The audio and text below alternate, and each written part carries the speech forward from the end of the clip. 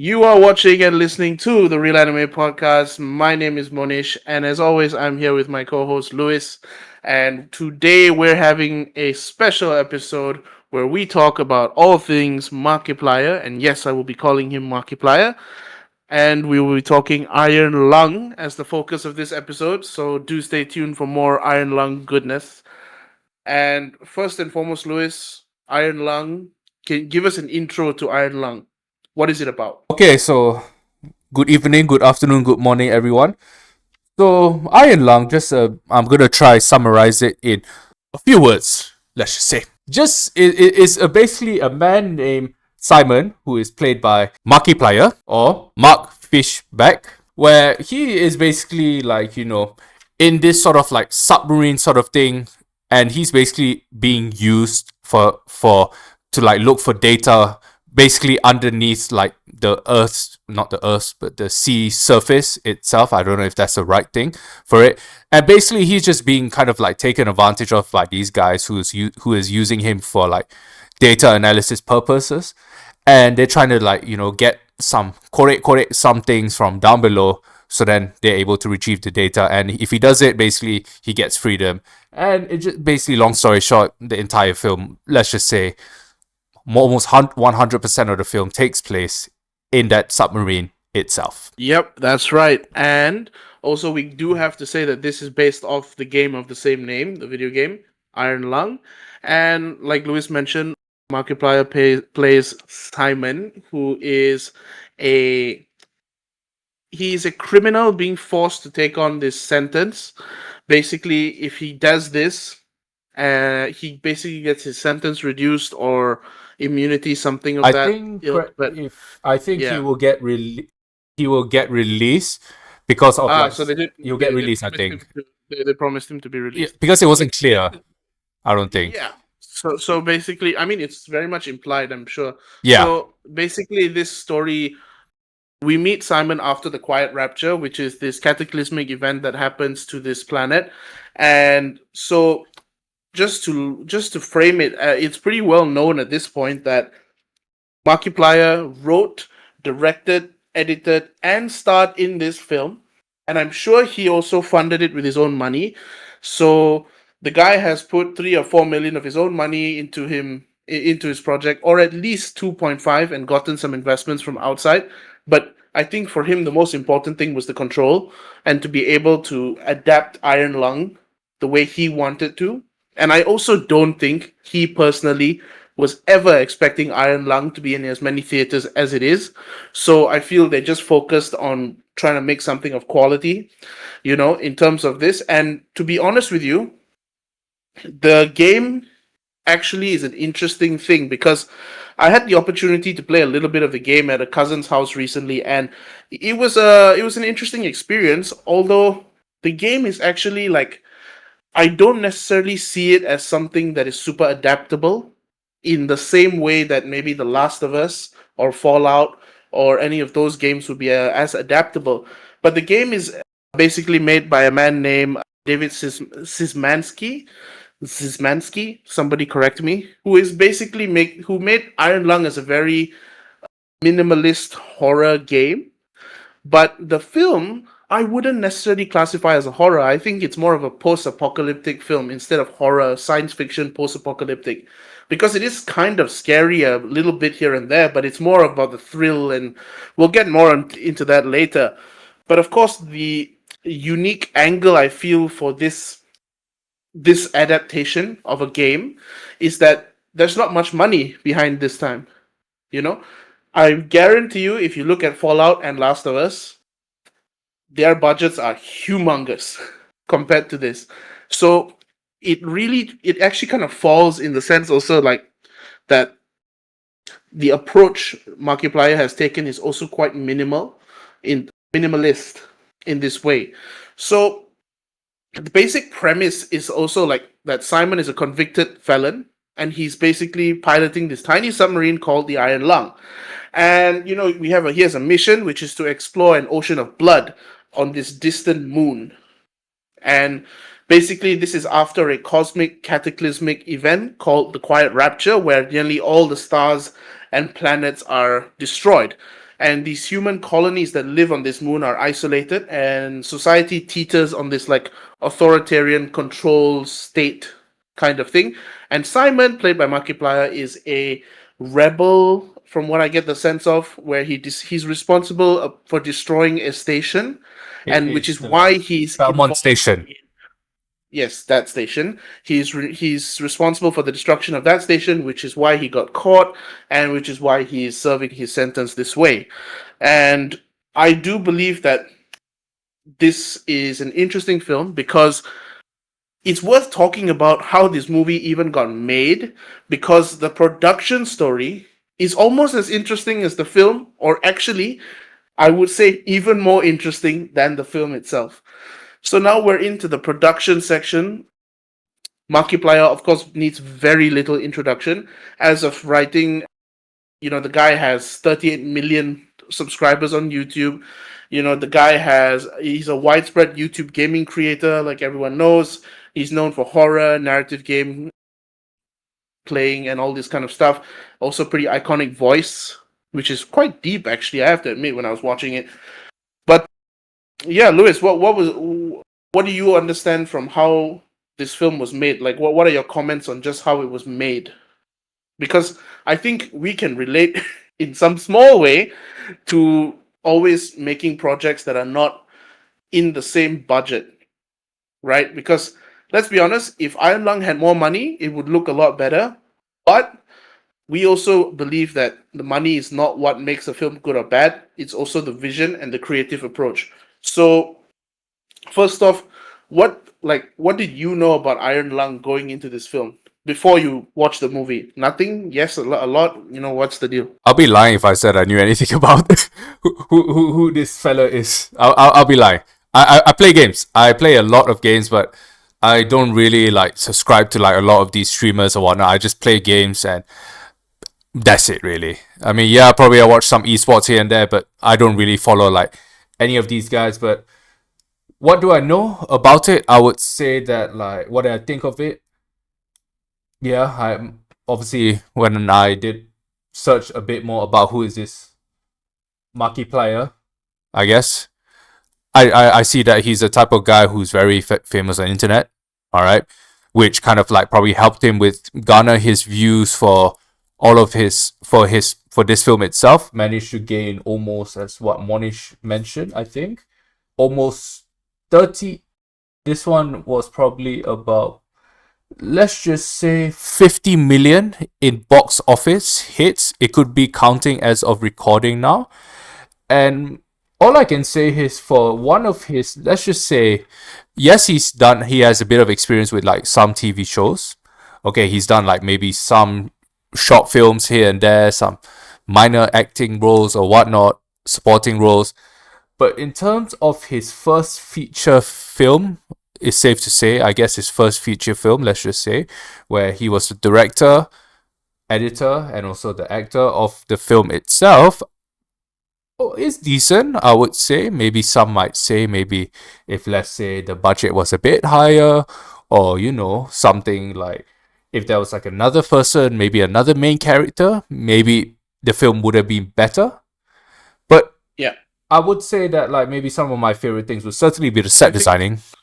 Yeah, no, I mean the set design is for sure the thing I also want to talk about, because the minimalist style that David Szymanski has created with Iron Lung is really replicated in the filmmaking philosophy of how Markiplier actually made this film, because he also employed, to his credit, I will say, he employed a very minimalistic filmmaking approach, which I do feel is good if you're making a short film about this topic. But I think because he's making a feature, he lacked the scale that he needed to really make it more cinematic. And what I mean by that is that even though Iron Lung definitely has its moments, I still think there's a lot to be desired in terms of carrying the pace through to the end.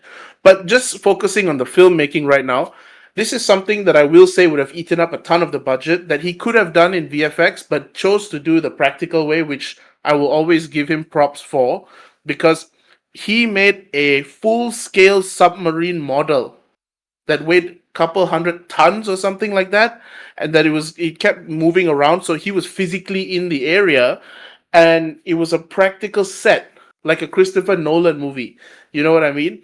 And then he had limited casts and obviously single location. But I think the limited cast, which was mostly audio, kind of worked against him towards the end. But also, the film is about isolation, so he can't have 3 or 4 characters there, no matter what you want to do. But I also think that because he focused a lot on the atmosphere and the psychological tension, he lost a lot of the horror in that, in the rawness of a pure horror film. But I will go ahead and say 10,000 gallons of blood was used to make the sea. I don't care what you want to say about the film not being good enough, not being this and that. The guy pulled out all the stops when it came to this, because 10,000 gallons of blood, most people would be like, all right, guys, we're going to do VFX. That's going to cost us a bomb. We have 3-4 million bucks. We got to do it in VFX. And he did it for real. So that's amazing already. And he relied on practical horror techniques. He was relying on sound, he was relying on light, he was relying on tension, pacing, and movement, and action, and timing. When he had the people and I don't think he had a budget, but he had the people, for sure, to do a certain amount of VFX that would have been able to carry the film forward a little bit more. And instead, he chose a more tactile approach to the production, which to me, I say, like, your film may not be perfect, lah. But as a filmmaker myself, I'm gonna always be on your side for that kind of thing, you know? Yeah, Luis, anything to add on that part? I mean, respect for brother over here, you know, having the dedication to have pour at least, or pull out at least 10 gallons of blood. I don't know how much is that in liters, but 10,000 gallons. 10,000 gallons of blood. I don't know. I need to check what is that in liters, but I know that's probably a big number. Now, yes, maybe the film itself, maybe I wouldn't say it's the best film, but I still respect the guy for the effort that we put in. Film-wise itself, I'll give it maybe a 6.5 to 7 out of 10. Maybe on my Letterboxd, I remember I gave it 2.5 stars. Around the 2.5 stars or 3 would be not too bad. But one thing I really respect about this guy is the amount of effort he put into this film. That one, I'll give it a solid 11 out of 10 for that. Yep. Right? I give him a solid 7 out of 10. Just to interrupt. 10,000 gallons is 37,854.1 liters. Come again? 37,000 liters, basically. 37,854.1 liters. So that is a shit ton of... Let's just say that's a lot of liters. Well, it's enough to put an entire truck underwater. Oof. So, it's, I'll tell you what, lah. The guy could have done VFX. He could have. There's definitely people, a YouTuber of his caliber will know people, for sure, who can do the VFX. But he chose to do it this way, and whatever you want to say, there's a respect for that. And now, of course, the other one that I have to say is Markiplier not only wrote, directed, and edited this, he's also the producer, because he's also the financier for his film, where I have it now on good authority that he financed the entire film himself. No outside investments, 3 to 4 million bucks of his own money, no major studio backing, of course, and the guy was able to keep his creative control, but a humongously high financial risk. Now, of course, it's not humongously high for him, because 3 to 4 million bucks for him, I'm sure he's going to be able to pay that money back, because he's a big time YouTuber. So he's going to be pulling in like KSI money, you know what I mean? So the guy's definitely got that, but still, to put 3 to 4 million bucks that could definitely have snowballed to 5 or 6 million if you got it wrong is still credit. He's really believed, which shows he believes in the idea, right? And so, like, the film on its own, I believe, on a production standpoint, as filmmakers, we'll both be able to appreciate what Markiplier has done here. You know what I mean? Like, Luis, you yourself are a filmmaker. What do you think is the advantage of doing something practical, like on the spot, like physically, instead of using CGI? Of course, we don't have the kind of budget to do humongous CGI, but we do still have the budget to do some basic VFX. But there are also times where we choose, instead of doing VFX, we choose to have things done on set. So for you, what do you think is the benefit of Well, I that? guess VFX will benefit Tottenham because at least they can load up their imaginative trophy cabinet that they don't have. So,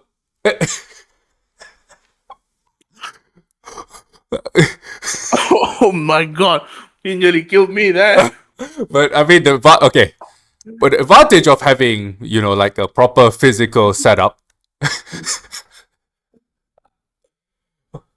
I'm sorry, Tottenham fans, you can't escape the real anime podcast. Oh, he's a menace today, ain't The he? pumping got pumped by Let Go 5-2, but Okay. nevertheless, I would say the advantages of having something physical feels a lot better compared to VFX because let's say, for example, if I was an actor, everything was done physically, everything is done in place itself. I'll feel like I'll be able to act, let's just say, better. I don't really have to imagine it a lot because why? I can see it with my own eyes compared to like doing it with CGI. Now, like I said, both have its pros and cons. Let's say, for example, if you do a film like Avatar, okay, that one for sure you need CGI. Don't tell me there's some place in the world where there's like floating rainforests and stuff like that. There's no such thing. For Avatar's case, I understand, but I personally, for me, I prefer physical. Yes, it takes a bit more work, but I mean, it just shows, like, maybe, in my opinion, personally, the effort that you are willing to put in for you to, like, maybe let's just say lessen the stress of you for post editing. Let's just say that you're able to just settle it in production, and you don't really have to worry about VFX for post editing, like how Tottenham should worry that they're going to get relegated.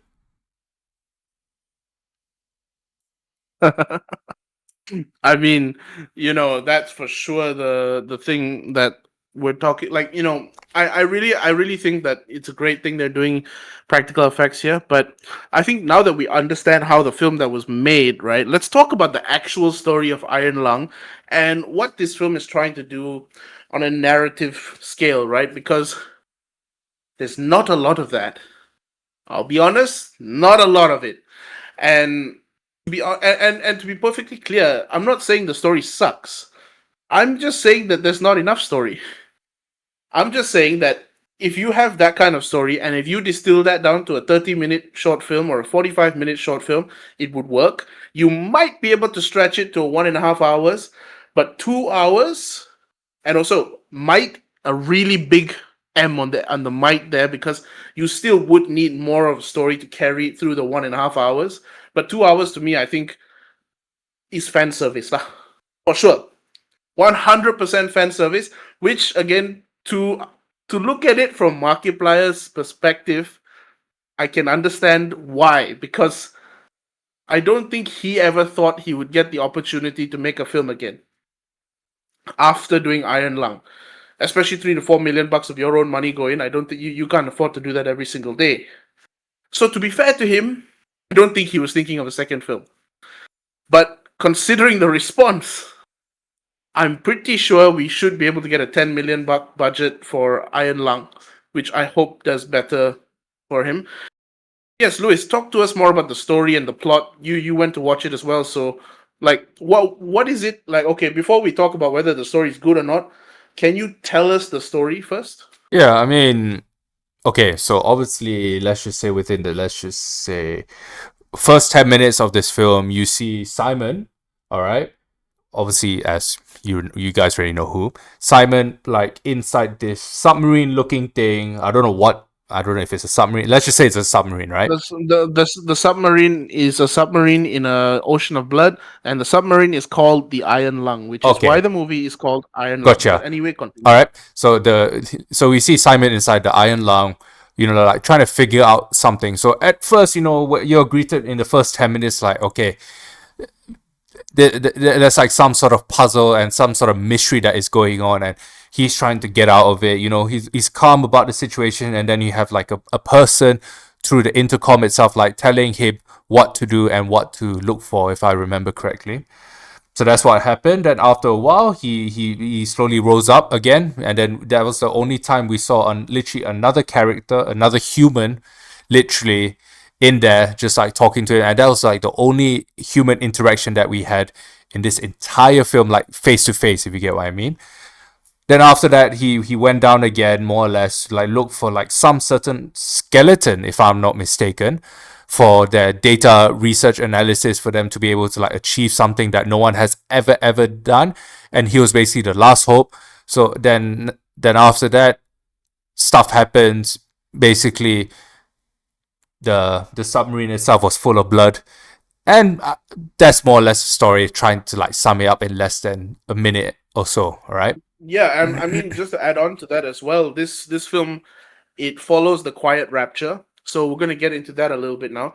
The Quiet Rapture is the name of a cosmic event that happens on this moon, which actually we don't have confirmation of not whether this is Earth. They say that this is a moon. So we might just be on a different planet there. Have to check with the Iron Lung fans. But yeah, the Quiet Rapture is a cosmic event where stars and planets in the universe are being wiped out, and humanity is kind of isolated in the universe now, and it's a really dark time, basically lah. And humans live in these scattered colonies, and it creates this very sad and depressing environment outside of the Iron Lung, which is actually quite impressive considering the Iron Lung is a claustrophobic fucking thing. I will say, whatever I'm thinking about the story right now, the claustrophobia part of the story was 100% there, 200% even, because it's almost like a one location film in many ways, which I think is the intention, right? Now, of course, we have how the submarine feels like a life support system for both Simon and for humanity, because the hope of humanity sending Simon down there is to find a discovery that hopefully could change the humanity's future for the better. But he finds a monster. Big surprise. I will say, I kind of enjoyed that the photographing thing they had in the ship. That was a nice addition, I will admit. Because normally in that kind of submarine, in that kind of situation, you would have an LED screen showing you everything, But this one you have to press and then press and then. It's an interesting statement to the state of technology as well in that era, and how he casually just gives the mechanic cancer that's basically going to kill him straight. Oh yeah, just by like, it was the most casual thing in the world. I was just like, wait, what do you mean he's dead? What do you mean he's died? Excuse me? Like, the guy, all he was doing was like trying to fix something, and then Simon was just pissed off in there. He's like, oh, I want to go out. I pressed this, ding, boom, the fella died already. And the fella, I found it kind of like crazy because he pressed the button, and basically it's connected to this light that is super radiated infrared that shoots through blood so you can see clear images. And the guy who was trying to fix the light or something got the full blast of it, and he knew he was dead. He literally looked back down the window. I'm like, bro, this guy just killed him for no reason, and we don't know yet, but the female captain as well, who probably was in the blast radius, also probably kena. So that was an interesting little bit of the way of using technology. But I actually think, in terms of story, right, Iron Lung suffers not from a lack of story, but from an unfortunate structure. Yeah, I don't even think unfortunate is the right word. It's like they just didn't plan out the story well enough. Because I think you see horror films where they're in one location, right? They're in a house, for example. Or you see something like Phone Booth, which is a Colin Farrell movie, which is literally him in a phone booth. Or you have the film Lock, where Tom Hardy is in a car for the entire film. And then another film that I would say that you could include, another film like where majority of film takes place is one of Mel Gibson's film with Mark Wahlberg from Last Day of Flight Risk, where majority of time it was inside the plane, remember? That could be another sort of idea. When I Mm. watched the film at first, it kind of reminded me something like a Flight Risk. I know it's two totally different genres, but the concept more or less is like that escape room sort of feeling is kind of like what you can represent Yeah. this film to that. Yeah, that's true. That's true. Yeah. So, of course, I think the themes we can look at in the story, right, is number one, of course, isolation, right? It is a lonely fucking journey for Simon. No matter how you want to cut it, he's alone in that submarine. You know what I mean? And even though you have all these voice actors coming in with audio and everything, I don't really think it does much for me in terms of making Simon feel less lonely, which I'm sure is the point. But I do wish we could have gotten someone else's perspective in another submarine, because obviously they can't get into the iron lung because the iron lung is welded shut. He can't open the door anyway, even if he wanted to. But I just wish we would have gotten even a flashback at this point, so we would see some different people in the submarine. But Luis, what do you think about the theme of isolation, like the lonely aspect of the Yeah, story? I understand what he wanted to do. I get it. Isolated, claustrophobic. No one wants to be in that situation. And it's But part of the game too. it's part of the game too. I get it. But okay, maybe you had to come some of the voiceovers and all to like help. It's just like, let's take like any horror film for example. You always have the creepy doll like saying like all these like lines and all. That one's normal. So I get it why they try to do it, because obviously this film is technically classed as horror, but that's another question that remains to be seen. But I think you are right. The film kind of lacked like the flashback, or even better, maybe at least have another supporting character in the film itself, where it's like, yes, you want to focus on the isolation and all. I get it, that one is fine, but usually sometimes in these sort of films where you're feeling isolated, there's always like another person that is feeling the same thing. But the thing is, you can still class it as isolation, but him or her will never ever meet, because why? These two guys are separated in their own respective bubble, let's just say. Yeah, no, I agree 100%, because it's such a claustrophobic film. But I also want to talk about now another element, which is genre, right? Now, the game is very much a horror game. Let's get that right, you know? But I think the film, because like how we said, it prioritized atmosphere, it moved more into to cosmic horror. Now cosmic horror is a genre where you're dealing with forces beyond human comprehension. So it's not something you understand 100%, but you're afraid of it because why? You don't understand it. And also, it looks scary as shit. In this case, spoiler alert for whoever's been listening, but to be fair, if you've not seen Iron Lung, you've been living under 3 different rocks. Just, no offense, but there you go. The creature is like this, like, like the ikan tilapia. Whenever you go to CNY, they put it on like it's like a tilapia fish where after they goreng, right, the mouth like that. Ah, yes, I know the tilapia. Yeah. It looks just damn ugly, but it looks kind of like that to me. But yeah, Luis, what genre do you think Iron Lung the film is for you? It's definitely not comedy. It's definitely not any of that. It's not quite horror, but what would you call I it? I'm going with post-apocalyptic or science fiction. I would say a bit of sci-fi 100%. A bit of thriller, but not that much. Maybe with like the him being stuck in there, gives you a bit of a thrill when you're like in his shoes or whatnot. I would certainly class it as like a sci-fi. Now, post apocalypse sort of feeling. Maybe that could be like a sort of thing that you could relate to. Maybe we had like films such Well, I as. mean that's kind of that's kind of 100% right. Post-apocalyptic. There's nothing Yeah, else except that bloody Iron Lung. yeah. Well, it's just like it reminds me of a film from back in the day, where a Will Smith film from back in the day, where he's the only guy on Earth. I forgot the film name. It was I am. Let me check.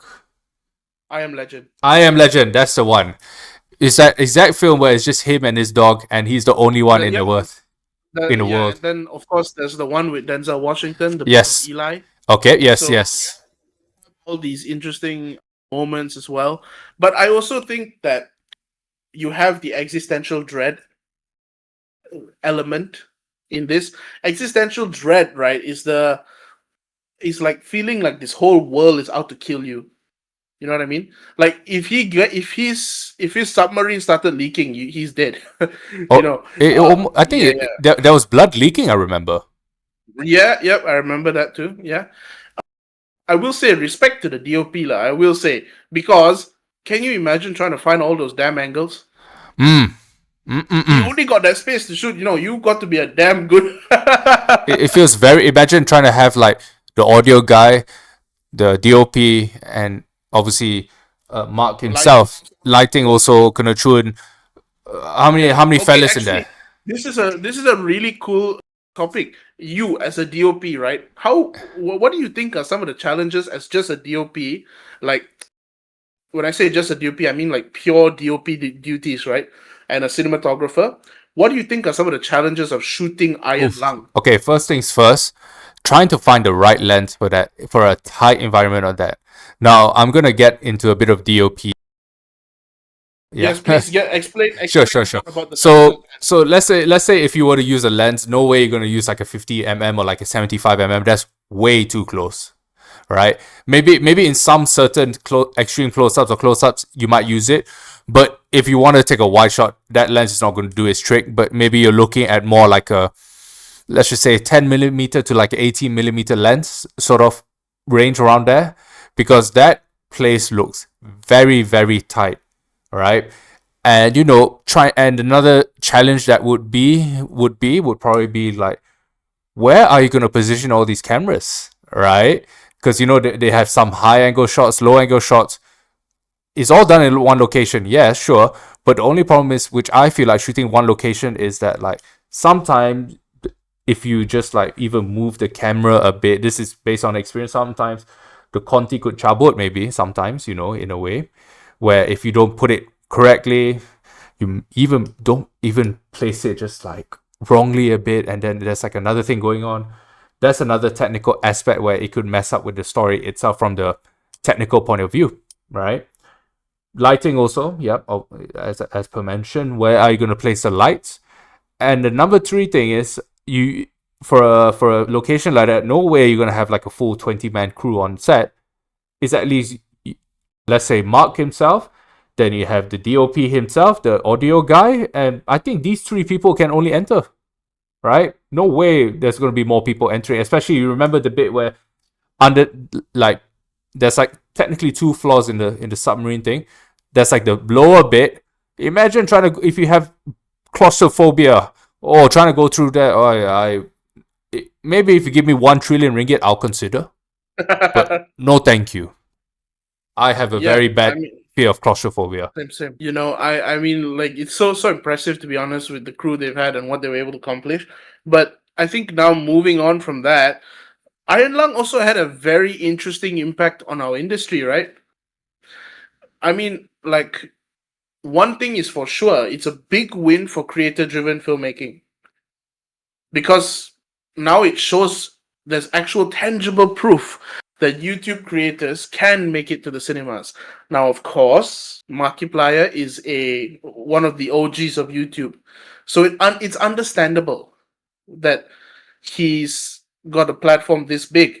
But the miracle that he pulled off to get worldwide distribution for a $3 to $4 million film with an audience with a cult audience even that isn't mainstream, it's not Star Wars. You know what I mean? Star Wars, even if you don't like Star Wars, you would have heard of Star Wars. But for me, I had to literally search up information about Iron Lung and learn about Iron Lung. A friend of mine actually introduced it to me, and then a year later, I ended up learning more about it because of the film. And so that is one. And then, of course, Markiplier had no studio financing, no traditional marketing. It's all done through his YouTube audience, which he leveraged. And, of course, his other social media as well. And then, of course, it shows that fan driven projects can be a ticket to the big time.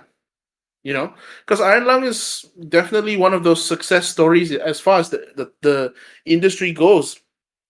I find it really inspiring because even if the film is not what I would expect or something like that, what it has accomplished is much bigger than itself.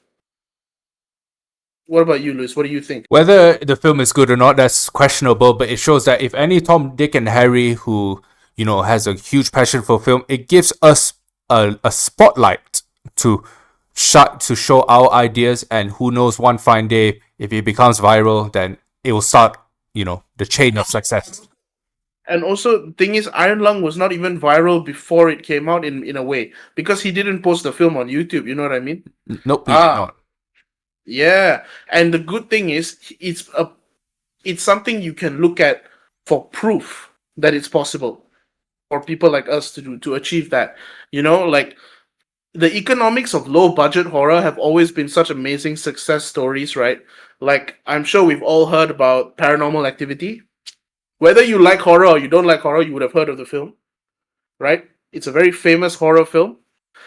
Guess what the budget is, Luis, for Paranormal Activity? Um, Just guess, just guess. Less than a million. Oh yes, less than a million. I was it 50 million? 50 million. Sorry, 50,000. So just so you all know, lah, Uh, we are filmmakers, are not mathematicians. So just to give you all the context. But anyway, Luis, you were saying what was your guess? what was it? 50? 50,000? Nope. 5,000? Okay, lah, not that cheap. But you're close. You're close. 10? Oh, closer. 15? Yeah, 50,000. There you go. Now, guess what it made in box office? Oh, yo, this is. Just throw a number out there. What, 100 mil? Ooh, close. 193 million. I remember. Talk Okay. about profit, way. I'm just saying, that's some insane profit right there. And then, of course, you've got the Blair Witch Project, which is another very famous film where literally the film is a bunch of friends getting together with a 60K budget and shooting this project, right? And it ended up having a $248 million box office. Can you imagine, from 60K? Those people just became rich, you know. But it's such a great lesson for independent filmmakers like ourselves, right?